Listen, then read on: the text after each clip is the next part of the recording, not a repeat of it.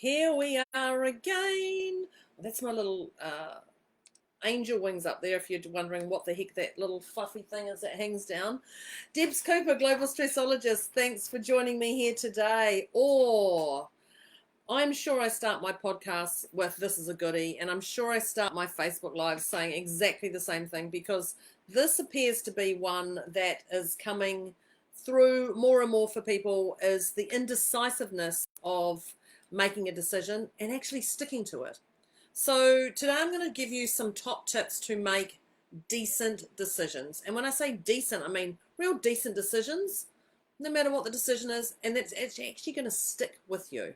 So thanks for joining me here. I appreciate it. Debs Cooper, Global Stressologist. Let me know if you are here live or if you're doing a replay, because clearly if you're doing a replay, I love that. You're not going to have to ask questions, but I can jump on after. But if you're doing live, then ask me questions. I've got my comments, my questions opened. So let's crack on, because this is a goodie, so much of a goodie that you're going to need a pen and paper or notes on your computer, whatever works for you. So grab this, because we are going to crack on today. As you know, decisions, when they're made, and if you don't feel in alignment with those decisions, they can make us turn yuck. And when I say yuck, actually inside and out. We often sabotage our world. We don't shower when we're so indecisive. We're eating lots, not eating. We're not sleeping. We're sleeping too much. We're avoiding things. We're getting snappy. You know this process. People say things to you and you just jump up and snap, and you don't even know where it's come from. You're like, oh, that's why, because I've got that crazy thing going on in my head. I've got to make a decision and my time frame's going. And when we're not making decisions that are in alignment with us, make sure this is up, we procrastinate, hesitate, frustrate. Decision-making process. We can run circles in our heads. And when I talk about circles, I often talk about the hamster wheel. This is a marathon of circles. This is a constant go of circles. And this can literally tear us apart. So we often listen to other people's voices. And when I say other people's voices, when we listen to other people's voices, we're projecting their stuff into us. And they play a really large role in our decision-making process. You should go do this. You need to do this. This will be great for you. Yeah, that's fabulous. But what is my heart saying for me? People often give our advice, and I know they're trying to be helpful. Sometimes people are just like, helpful. Oh, I know how to answer that, and I can help you with that. Personally, it would be wiser if everybody just zip, when someone's having a decision process, zip, unless they actually ask for space. If they go, can you help me? And you go, yeah, sure, what's going on? And help them unpack that. Now, the other thing is putting on your stories, because we put our stories into other people's stories that can turn crazy. So be aware of your stories that you can project onto others. And I often say, just hold space for them. Just hold space. Everyone wants to be seen, heard, and acknowledged. Now, you don't have to listen and agree with everything, but they just want to be seen, heard, and acknowledged. That's all we want from people. So even those ones who actually ask you, what do I do, and you just come so drained from what do I do here, and you just become so drained, it's like a leech and the blood's been sucked out of you, and then they actually don't even take your advice in the end anyway. So if that happens, great, share this video, just say, hey, I thought you might want to watch this. That's a perfect introduction to a conversation. So I'm going to give you an example of making a decision. And let's say the decision is to move to another job. Let's say we're going to label it moving to another job. So got your pen and paper, because if I'm not talking quick enough, I'm going to talk really quickly here. You're going to draw 4 columns. 4 columns. 1, 2, 3, 4. I think that's going your way, or is it going this way? You can draw 4 columns anyway on an A4 piece of paper, or you can do them on your computer. You can do them into an Excel spreadsheet, or you can do them anywhere. Just 4 columns, whatever's simple. You can do them into your notes. Just keep it simple, KISS. Keep it super simple. At the top of each column, 1, 2, 3, 4, you're going to write these things down. And of course, you don't have to write about moving to another job if it's not going to be for you, but you're going to put your decision that you're carrying whatever it is. So you're going to write B at the start of one. Then you're going to write D, and then you're going to go BN, and then DN. Okay? So we've got column 1 is B. I'm going to tell you what these are. This is just your brief. Column 1 is B. Column 2 is D. Column 3 is BN. Column 4 is DN. Okay? So we've got those. Now, you're going to ask yourself, the number 1 is benefits of moving to another job. So benefits, so that's the B. Benefits of getting into a relationship. Benefits of moving to another job. Benefits of saving money. Benefits of whatever your decision is. Benefits of whatever that is. The number 2 column is drawbacks. That's the D column. Number 2 is drawbacks of moving to another column. I'm going to explain benefits and drawbacks in a minute. We're just going to get these columns out for you. The drawbacks of moving to another job. Now, remember I said another job could be anything. Benefits of not. So column 3 is benefits of not moving to another job. Benefits of not getting into that relationship. Benefits of not saving money. Benefits of not going to the social work do. St. Patrick's Day, I've got my green on. Maybe that's what it is. People have asked you to go out tonight. And you're like, I don't know if I want to go. Yeah. So the benefits of not going out on St. Patrick's Day. Whatever that decision process is for you, that decision you're going to make. Now, column 4 is, remember I said DN? So that's the drawbacks of not moving to another job. And you're like, whoa, this is intense. Yep, keep going, keep going. So you're going to go, column 1 is benefits of moving to another job.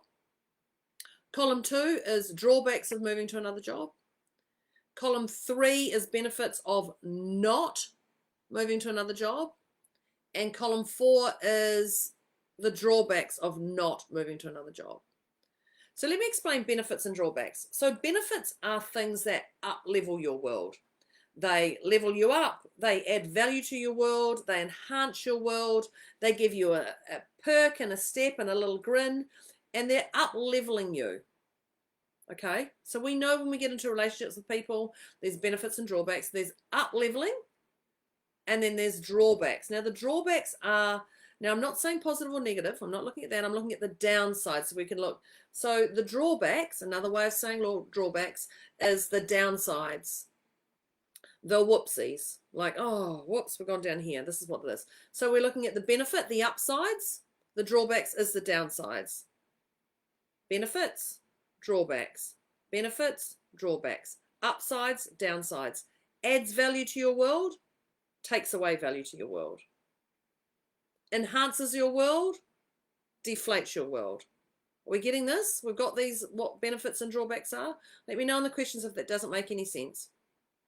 So now that we've got that, we're actually going to start the true exercise, because that's just mocking it up. That's just mocking it up. Just turn this off because I'm freezing a little bit here. Okay, perfect.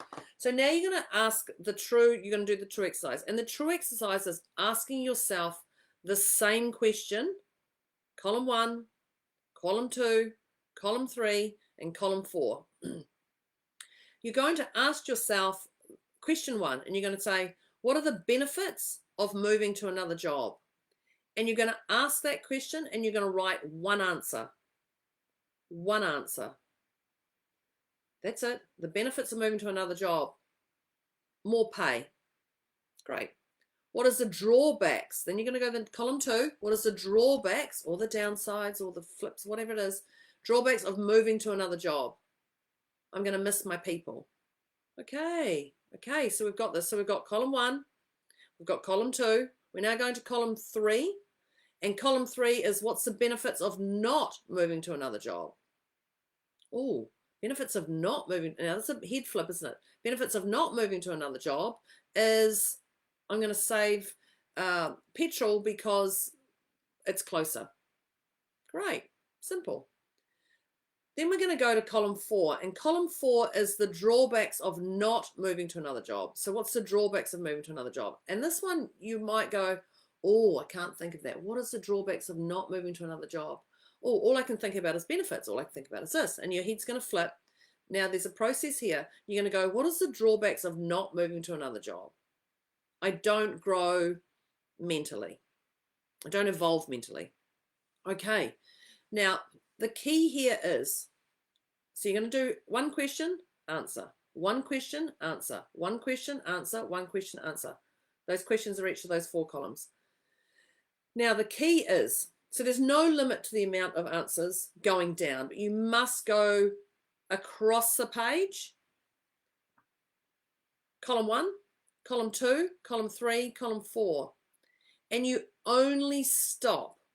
You only stop when you've done enough, and you'll know when you've done enough because the decision process of answering column 1, column 2, column 3, and column 4 are even. That pause between each one. Now you'll notice that I did when I did mine. So the benefit of moving to another job is more money. Okay, that's easy. Benefit of another job, more money. Drawbacks of moving to another job. Missing my team. Now, did you see there was a gap in there? Okay, so the key is to keep going until that gap is even. Benefits of not moving to another job is blah, blah, blah, blah. The drawbacks of not moving to another job is, oh, that's a hard one. I can't think of that. I'm not sure. Oh, what is the drawbacks of not?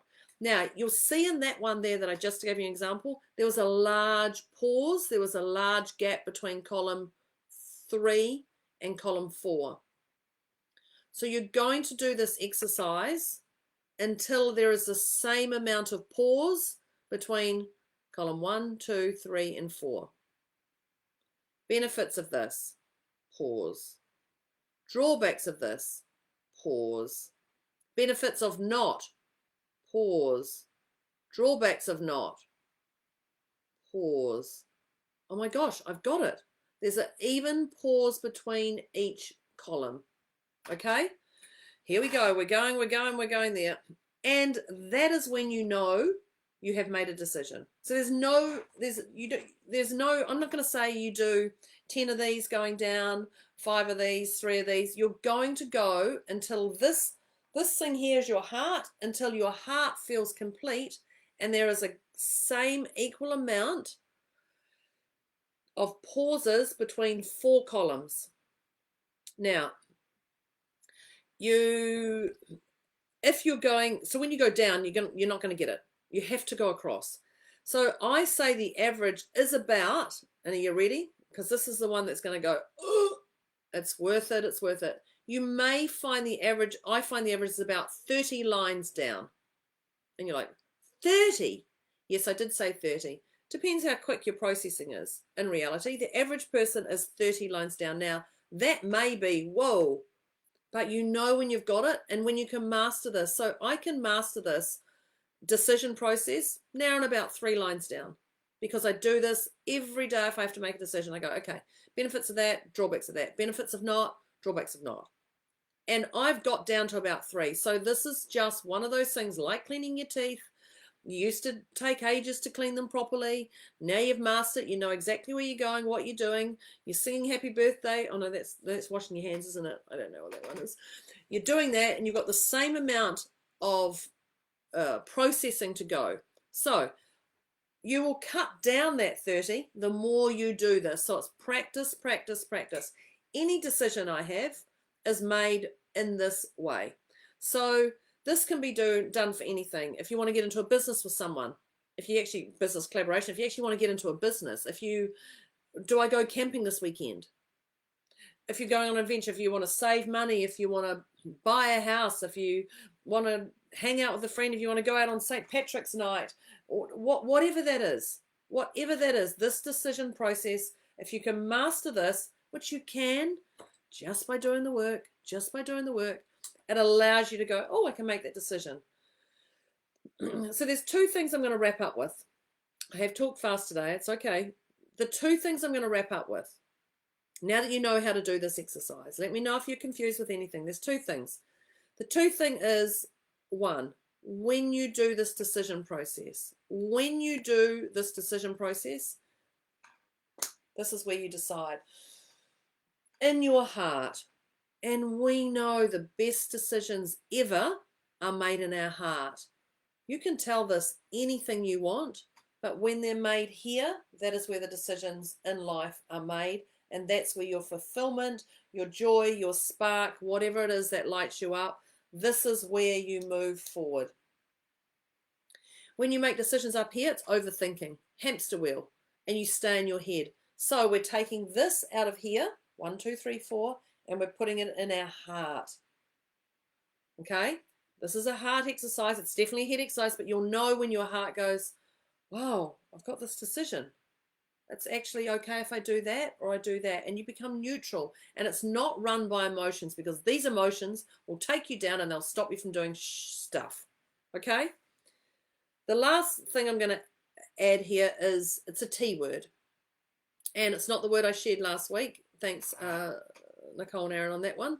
This is actually called trust. And this is trust yourself.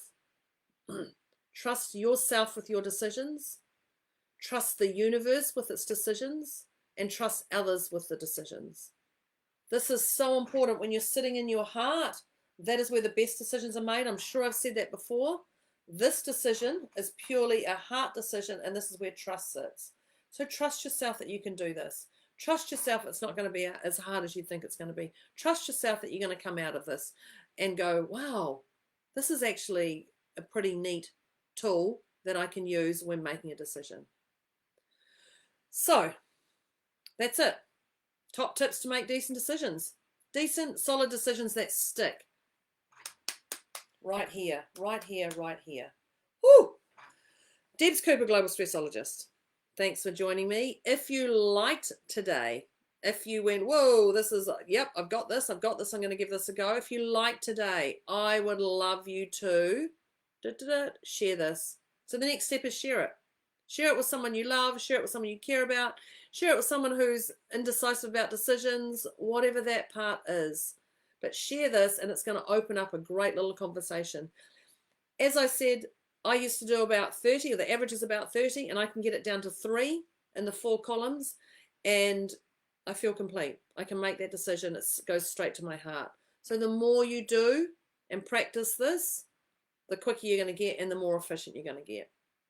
So this is Debs Cooper signing off. Thank you for joining me here today on tips to make decent decisions. Got my DD in there. Thanks very much, team. See you later. Bye.